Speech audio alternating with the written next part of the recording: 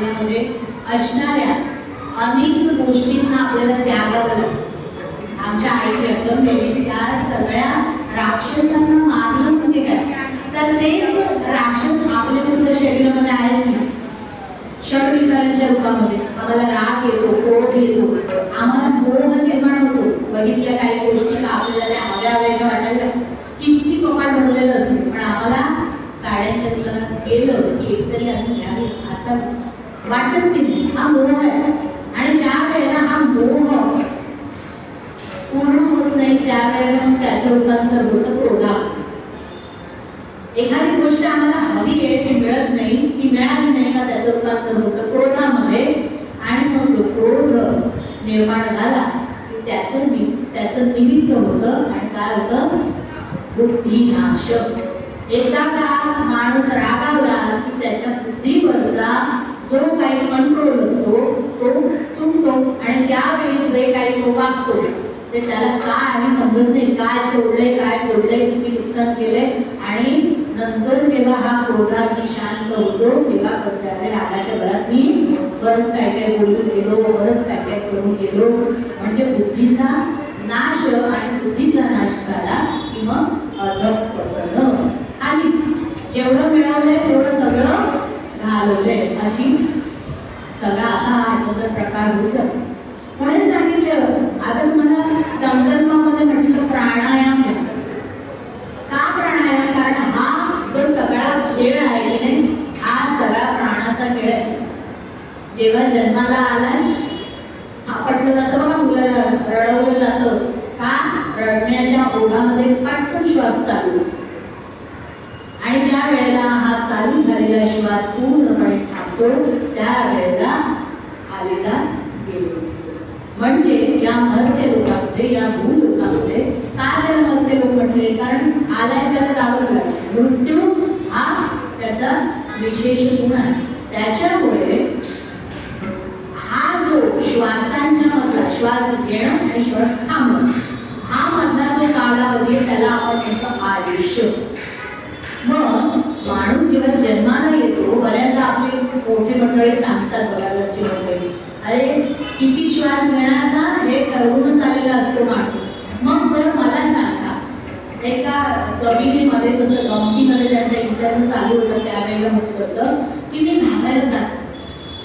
तर म्हणजे का तुम्ही धावत नाही, म्हणजे सकाळी मॉर्निंग वॉक ज्याला म्हणतो किंवा जॉगिंग म्हणतो, मी जात नाही का, तर म्हणे जेव्हा मी धावतो त्यावेळेला श्वास पटपट पटपट, आणि जर श्वास सोडूनच आपण आलेलो आहे ते पटपट पटपट श्वास घेऊन मी लवकर मरू का, म्हणून मी जॉगिंग.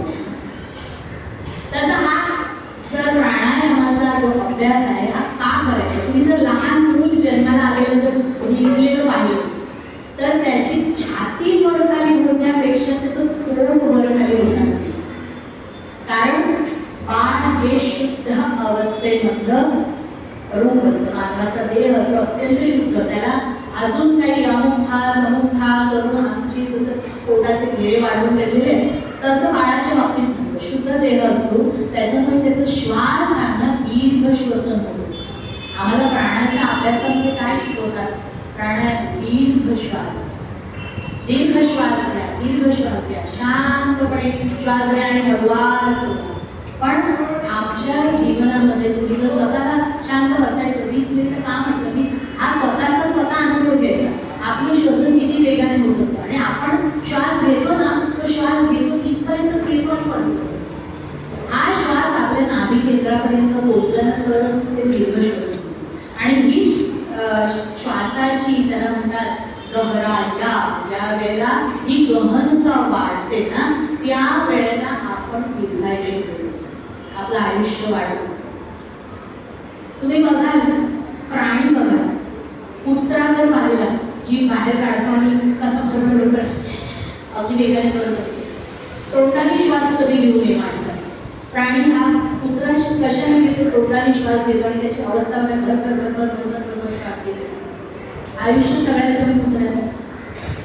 आणि तुम्ही जर बघाल कासव अगदी इतक्या शांतपणे श्वास घेतो, त्याचं आयुष्य भरपूर आहे, अगदी हजारो वर्ष जगणारी कासव.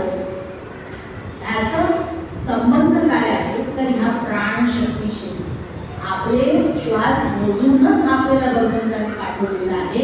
तर मग आपल्याला हा श्वासांचा अभ्यास केला पाहिजे. का सांगितले 20 मिनिटं नुसतं विठ्ठल विठ्ठल करत? आमच्या संतांनी आम्हाला विठ्ठल विठ्ठल विठ्ठल करायला सांगितलं, पण त्या काळी काळ कसा होता बघा, सगळीकडे दुष्काळाचं वातावरण, पोटात खायला अन्न नव्हतं, कित्येक वर्ष पाऊसच पडलेला नव्हता, त्याच्यामुळे अन्न नाही. मग काय करायचं तर नामामध्ये मनाला गुंतवून ठेवलं की हळूहळू तिकडचा दिसत होतो. पण पुढे जर तुम्ही समर्थांचा जर अभ्यास केला त्यांच्या साहित्याचा, तर समर्थांनी नुसतं नाम घेत बसा नाही सांगितले. त्यांनी सांगितले काय करा, सूर्यनमस्कार स्वतः 1000 1200 सूर्यनमस्कार रोज स्वतः मारायचे. त्यांच्या मठांमधला दंडक आहे सूर्यनमस्कार. शक्तीची उपासना सांगितली आहे, भगवतीची उपासना सांगितली, हनुमंताची उपासना. कशासाठी सांगितली? कारण त्यावेळी काळ कसा, काळाच्या नुसार आमच्या संतांनी आपल्याला मात्रा दिलेल्या भगवंतापर्यंत पोहोचायचं. त्यावेळेला लेंच्याचं आक्रमण होत असतं, मुघल येत होते, आमच्यावर आक्रमण करत होते, आणि एक काळ आमचा जो सोन्याची चिमणी चिवचिव करायची अशी जी आपली भारताची ओळख होती, ती जवळजवळ काय झालेली होती, सगळं सोनं लुटण्यासाठी हे लेंच चारी बाजूनी येत होते आणि काय करत होते, आमचं धन लुटून नेत होते, आमची शेतीवाडीचं नुकसान करत होते, आमच्या पोरीबाळीला उचलून नासमूक टाकत होते. अशी परिस्थिती होती. मग अशा परिस्थितीमध्ये तुम्ही राम राम राम राम करत राहिला तर उपयोग आहे का? विठ्ठल विठ्ठल करत राहिला तर उपयोग आहे का? एक दिवस आमच्या राजाच्या दरबारामध्ये काहीतरी खट्टा चालू होता. त्यावेळेला नाथ महाराजांनी विचारलं की तुमचा जर खरंच भगवंत असेल तर त्याला इथे हजर करा हा खट्टा सोडवण्यासाठी. नाथ महाराज म्हणाले पांडुरंग ही अशी सगळ्यांच्या कोणाला इथे भेटणार नाही. त्याच्यासाठी काय करावं लागतं, अनुभूती, अनुभव असेच मिळतात आपल्याला, पण अनुभूती घेण्यासाठी आपल्याला साधना करायला लागते. हे आमच्या विठ्ठलाचं नाव इतक्या वेळा आणि बघ तो तुला भेटतोय की नाही, तो तुला दिसतोय की नाही. म्हणजे ही शक्ती त्या ठिकाणी काळानुसार आमची साधनं बदलली. म्हणून आमच्याकडे आमच्या समर्थांनी आम्हाला शारीरिक अभ्यास पण सांगितला, नुसता नामाचा अभ्यास. मग म्हणून प्राणाचा अभ्यास रोज करावा, आपल्या शरीराचा योगाभ्यास करा, व्यायाम करा आणि नामस्मरण करा. या तिघांचा जेव्हा त्रिवेणी संगम आपल्या आयुष्यामध्ये येतो ना, त्यावेळेला आपलं जीवन खरंच बदलायला लागतं. हे अगदीच मानवाला सांगते. करून बघा स्वतःसाठी 20 म्हणजे 1 तास, 24 तासामधला आपण स्वतःसाठी 1 तास का नाही काढू शकत? बरोबर. सकाळी पहाटे गेली, मी मगाशी म्हटलं वेळ आपल्याकडे पंचायत सांगितले, देवपंचायत आपल्या देवाला बघू नको, 5 देव आपल्या देवाला ठेवा कमी कमी. कशासाठी? पहिला सांगितलंय गणपती, दुसरं सांगितलंय शिवशंकर त्यांचं शिवलिंग, तिसरं सांगितलंय आमची आई भगवत फुले स्वामी जिला आपण म्हणतो, चौथं सांगितलंय आमचा बाळकृष्ण आणि 5वं सांगितलंय सूर्यदेव. बाकी इतर कोणते देव तुम्हाला दिसणार नाही, पण सूर्यदेव हा असा एकमेव देव आहे, तो रोज येतो, रोज तुम्हाला दर्शन देतो आणि त्याची जी कृपा आहे ते आपण रोज अनुभवतो. एक दिवस तरी असा झालाय का सूर्य म्हणाला नाही आज मी उठणार, पण आम्ही मात्र त्याच्या वाराच्या दिवशी मुद्दाम सुट्टी म्हणून 12 वाजेपर्यंत झोपून राहतो. ज्याची आराधना जो देव रोज येतो त्याची आराधना त्याच्या दिवसाच्या दिवशी करायला नको का? मला सांगा. आम्ही आमच्या सुट्टीची जपानमध्ये बघा इतका विध्वंसक हल्ला झालेला होता, नागासाकी हिरोशिमावर अणुबॉम्ब टाकण्यात आलेलं, सगळं नष्ट झालं. त्यांच्याकडे ही सुट्टीची संडे संकल्पना नाही. ते लोक अहोरात्र काम करतात आणि हे करत राहिले. याच्यामुळे त्यांच्याकडे काय आहे, प्रगती आहे. सगळं जग त्यांच्या सगळ्या ज्या युक्त्या आहेत त्या वापरत आहे. आजही त्यांच्या शाळांमध्ये सुट्ट्या संडे ही संकल्पनाच नाही. या संकल्पनेला आमच्या पाश्चात्यांनी आमच्या मांडुकीवर ते दूध पसरवलं आणि आम्ही ते एवढ्या आनंदाने स्वीकारलं काही विचारू. लोकांना उठायचंच नाहीये सकाळ रविवारच्या दिवशी. हा रोज येणारा देव जर आपण त्याच्या येण्याच्या आधी जर उठला, अरुणोदय होतो. अरुण म्हणजे त्याचा सारथी आहे. तो सारथी अगोदर पुढे येतो आणि त्याच्यानंतर आमचे सूर्यदेव येत असतात.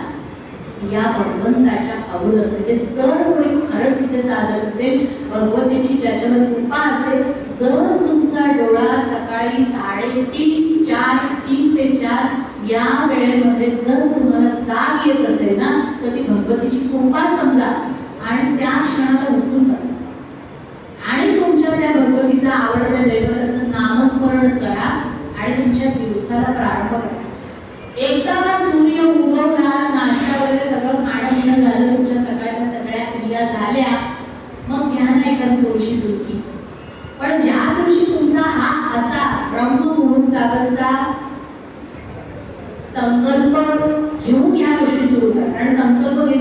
जो आपण तो संकल्प सिद्ध करण्यासाठी नेटाने करतो, निश्चयात्मकपणे ती गोष्ट पूर्ण करण्यासाठी प्रयत्न करतो. आणि ज्या वेळेला हे असं करताना त्यावेळेला आपल्याला खऱ्या अर्थाने भगवंताची जी कृपा आहे ना ती सापडायला लागते. आम्ही नुसतंच नाम नाम नाम घेऊन काय होणार नाहीये. मी इथे बसलोय आणि आम्ही सांगितलं आमच्या संतांनी नाम घ्या म्हणून सांगितलं, पण नामाबरोबर हे सगळं इतका सुंदर देह तुम्हाला दिलेलं आहे, पण देह जपायला नको का? एकदा एक धडधाकट असा तरुण होता. तो भिक्षा मागत दारोदारी फिरत होता. बरेचसे लोक म्हणायचे अरे काय एवढं धडधाकट आहे, तुला काम करून कमवता येत नाही का? आम्ही इथे कष्ट करतोय आणि कमवतोय आणि तुम्हाला असं म्हणून द्यायचं काहीतरी काम काही लक्ष द्यायचं. एक दिवस एक सावकार त्या गावामध्ये असा रस्त्याने चालला होता आणि कपडे वगैरे त्याचे पाय छान अगदी श्रीमंत दिसतोय म्हटल्याबरोबर या माणसाने त्याच्याकडे भिक्षा मागितली. तो म्हणाला अरे वा काय माझं पुण्य, आज माझ्याकडे स्वतःहून भिक्षेकडे आलेलं आहे, मी तुला 10,000 रुपये देतो, एक काम करशील का? मला फक्त तुझे पाय दे. त्याला आश्चर्य वाटायला लागलं, 10,000 रुपये देतोय, पाय दे म्हणजे काय? म्हणजे माझे पाय बरोबर तुझे पाय तोडून मला दे. अहो गेल्या तर मी असे पाय तोडून मी कसे काय तुम्हाला देणार? बरं चल तुला 20,000 रुपये देतो, मला तुझे दोन्ही पाय आणि दोन्ही हात. हा म्हणजे मी माझ्या शरीराचे असे तुकडे करून तुम्हाला का म्हणून देऊ? अरे जर तुला भगवंतांनी 2 हात 2 पाय दिलेले आहेत तर तू कष्ट करण्यासाठी ते का नाही वापरत? आणि हा इतका सुंदर देह, त्याची तुला किंमत आहे का? असाच वाया घालवतोय, आळस करून करून असाच वाया घालवतोय. साधारण डॉक्टरकडे जायचं, हृदयाची किंमत काय त्याच्या, डोळ्यांची किंमत काय? डोळ्यांच्या वर एक पातळ प्लास्टिक सारखा पडदा असतो, तो लावण्यासाठी कितीतरी लोक अगोदर त्याची नोंद करावी लागते. वर्षानुवर्षांनंतर जेव्हा कोणी असा डोनेटर मिळतो की ज्याने आपल्या डोळ्यांचा तो पापुद्रा दिलेला आहे, डोनेट केलेला आहे, इनपुट झाल्यानंतर तेव्हा तो माणसाला मिळतो. त्या प्लास्टिकच्या एवढ्या काही प्लास्टिकचा नसतो, पण तसा प्लास्टिक सारखा दिसणारा पूर्णपणे ट्रान्सपरंट असा तो पातळ पडदा, त्याची किंमत किती लाखो आहे. मग आपल्या शरीरामध्ये आपल्या किडण्या, आपलं हृदय, आपलं फुफ्फुस, हा इतका सुंदर देह भगवंताने आपल्याला दिलेला आहे, पण त्या देहाची काळजी नको घ्यायला. आम्ही सर्रास हवी तशी व्यसन करतो. सिगारेटच्या पाकिटांवर बघा फोटो छापलेला असतो, किती विपरीत अवस्था होऊ शकते, पण आम्हाला परवा दारूच्या बाटल्यांवर, मद्याच्या बाटल्यांवर लिहिलेलं असतं की हे शरीरासाठी हानिकारक. पण आता तर म्हणजे कमालच वाटते. पूर्वी आपल्याकडे गोड पाणी द्यायचे पाहुणा आला तर, आता निदान आमच्या तरी संस्कृतीमध्ये आम्ही चहा घेणार का, कॉफी घेणार का, सरबत घेणार विचारतो. पण आजकाल टीव्हीवर जे काही बघते ना, वेब सिरीज वगैरे काय चाललेले आहेत, चित्रपट चाललेले, म्हणजे पाहुणा घरी आला की त्याला सरळ ते स्पेशल घर केलेलं असतं. मद्य दुकानच म्हणायला हरकत नाही, मद्याचं दुकानच केलेलं आहे. काय घेणार का? मला काही भाषी नावं माहिती, विस्की घेणार का, रम घेणार का, आपण घेणार, समूह घेणार, हे असे. म्हणजे आमच्या ज्या शाळेतही नाही अजून तेवढी वाईट परिस्थिती आली नाही आहे, पण आमच्या कॉलेजमध्ये जाणाऱ्या त्या तरुण पिढीला इतकं आकर्षण आहे या गोष्टींचं की 10वीतून शाळेतून मूल बाहेर पडलं की ते हे सगळ्या गोष्टी करण्यासाठी त्याला अगदी परवानाच मिळाला, त्याप्रमाणे मुलं वागायला लागतात. बरं इतक्यावर थांबत नाही. आमच्या आई वडिलांनी कौतुक वाटतं, आमचे आई वडील थांबवत नाहीये, घेऊन देत आनंद घेऊन देते. आज सगळे सर्रास सगळीकडे हे चालतं. मुलीच्या मुली पाकिटाच्या पाकिटं घुमतायत, मुलीच्या मुली बाटल्या घेऊन बसतायत. आणि एक नवी प्रेड आलेलं लग्नापूर्वी करण्याची पार्टी, त्याला म्हणतात काय म्हणतात, बॅचलर पार्टी. ही बॅचलर पार्टी आणि नवीन प्रथा सुरू झाली की लग्न ठरलं की अगोदर बॅचलर पार्टी. पूर्वी मुलांचीच ऐकत होती, आता ही बॅचलर पार्टी मुलींची. आणि म्हणजे जेवढं बघाल तेवढं धक्का देणार असं सगळं घडत चाललेलं आहे. मग ह्या सगळ्या गोष्टींना कोण देत आहे भरण पोषण? मुली कसेही कपडे घालतात, त्यांच्यावर मग बलात्कार होतात, त्यांच्यावर अत्याचार होतात. आमच्या आई वडिलांनाच कौतुक वाटतं. पडायचं नाही? सांगा मला, मुलींची आहे का तेवढी हिंमत या सगळ्याला विरोध करून? आमच्या मुली अगोदर 7च्या घरात का होतं, ही प्रथा का होती? 7च्या आत घरात या शुभम करोटी म्हणा, मग मुली असं प्रबंध असतो. आज 7च्या घरात म्हटलं की अरे बापरे, हा तर खूप ऑर्थोडॉक्स. हे सगळे प्रपंच, हे सगळ्या परंपरा, ही संस्कृती आम्ही विसरलो, आमचे आई वडील विसरले, म्हणून पुढच्या पिढ्या विसरत आहेत. ज्या घरामध्ये हे सगळं जिवंत आहे ना, आजही घरगुती जातो. मग एक साधन व्हा आणि ह्या सगळ्या वाईट गोष्टी आहेत ना, त्या धर्माला विरोध करणार आहेत, धर्माला आमच्या कलंक वाचणार आहेत, या सगळ्या गोष्टींचा विरोध करा. आणि जेव्हा आपण हे कर्तव्य म्हणून आपण करायला लागणार, त्यावेळेला ही भगवती जशी या चंद्रकुंडाची हत्या करते, त्यांचा वध करते, तसं आपण आपल्या संस्कृतीच्या रक्षणासाठी, आपण आपल्या देहाच्या रक्षणासाठी, आपण आपल्या कुटुंबाच्या रक्षणासाठी, आपल्या समाजाच्या रक्षणासाठी खऱ्या अर्थाने या सगळ्या शत्रूंवर काय करू, मात करू. आणि खऱ्या अर्थाने त्या दिवशी आमची सप्तशती काय होईल, फलश्री होईल, फलद्रूप होईल. खऱ्या अर्थाने भगवती तेव्हा प्रसन्न होईल. तुम्ही 700 श्लोक नवरात्रीमध्ये अजिबात वाचत बसू नका, त्याच्यापेक्षा आपल्या देहाचा अभ्यास करा, या देहामध्ये असणाऱ्या रहस्यांचा अभ्यास करा. या समाजामधला आपण एक घटक आहोत, म्हणून आपलं कर्तव्य काय आहे? धर्म रक्षती रक्षित, जो धर्माचं रक्षण करतो त्याचं रक्षण भगवंत करतो. इतका कोरोना आला, आधी न दिसणारा होता, कित्येक लोक मारले गेले, पण कित्येक लोक वाचले सुद्धा ना. मग याचा विचार करा, वाचणारे कोण आहे, काय कर्तव्य आहे, काय कर्तव्यासाठी आपल्या या नासिकेमध्ये भगवंतांनी प्राण आतापर्यंत सोडलेला आहे, याचा ज्या वेळेला आपण विचार करून वागायला लागू ना, त्यावेळेला खऱ्या अर्थाने भगवती आपला विचार करायला लागेल. आणि भगवतीचा तो जो यज्ञ आहे, तो यज्ञ खऱ्या अर्थाने सिद्ध होईल. त्यामुळे मी अजिबात जिथे जिथे देवी भागवत म्हणून सांगते ना, मी अजिबात मंडळांना खर्चात टाकत नाही की अहो नवांना होम करा, खरं या गोष्टी करायला हव्यात, कराव्यात, पण प्रत्येक मंडळाने इतकं सहकार्य करणं शक्य होतही नाही. आणि मग काय होतं, देवी भागवत कॅन्सल होईल, कारण हे खर्चिक काम आहे.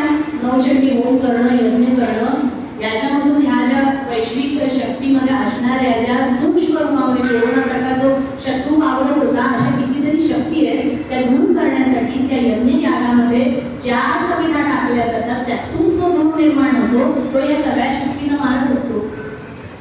मग आता असे यज्ञ जर शक्य नसतील, तर निदान आपण आपले तरी असे यज्ञ करू शकतो. नामाचा यज्ञ करा, चांगल्या गोष्टींचा यज्ञ करा, संकल्प चांगले करा.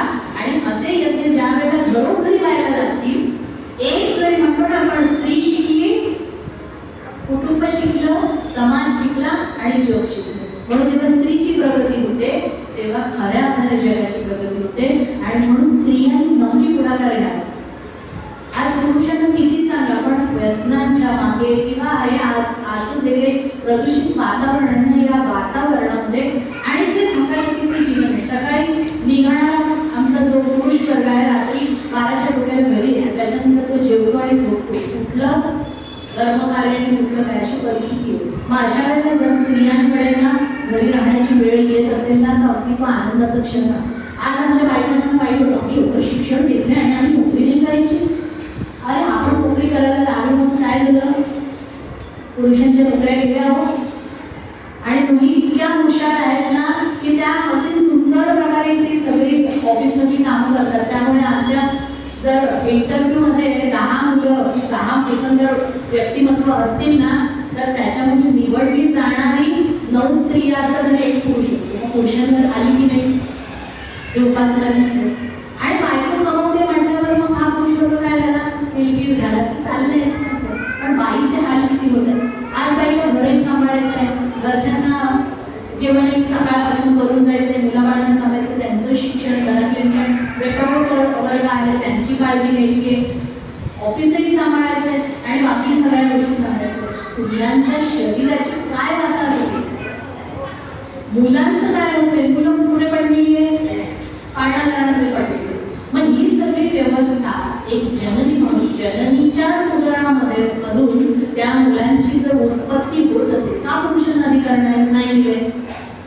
कारण त्या मातृत्व देवाचा जो झरा असतो की नाही तो त्या आईच्याच हृदयामध्ये पाठवलेला असतो.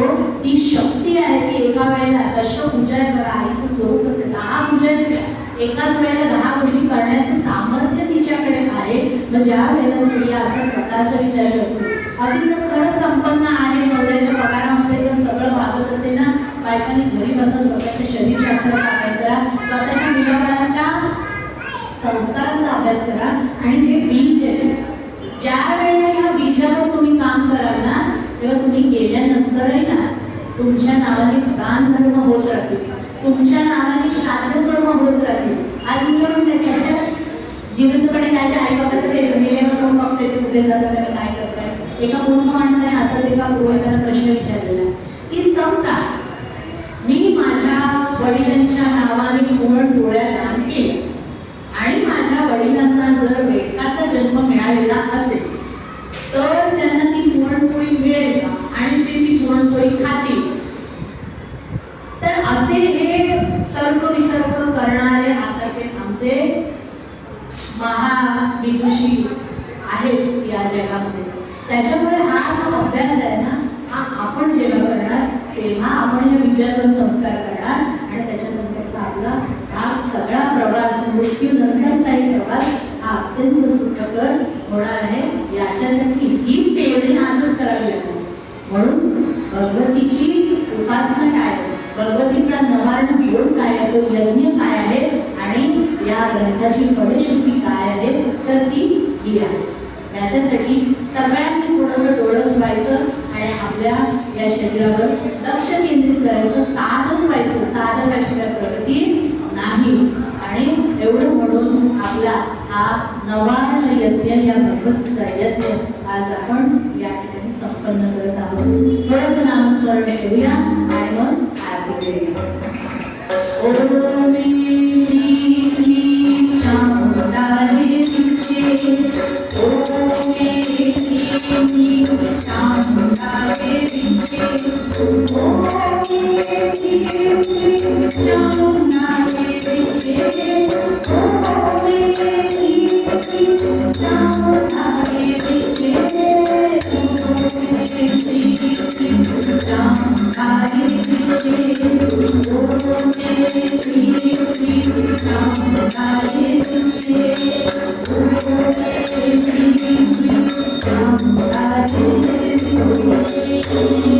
जगदंबा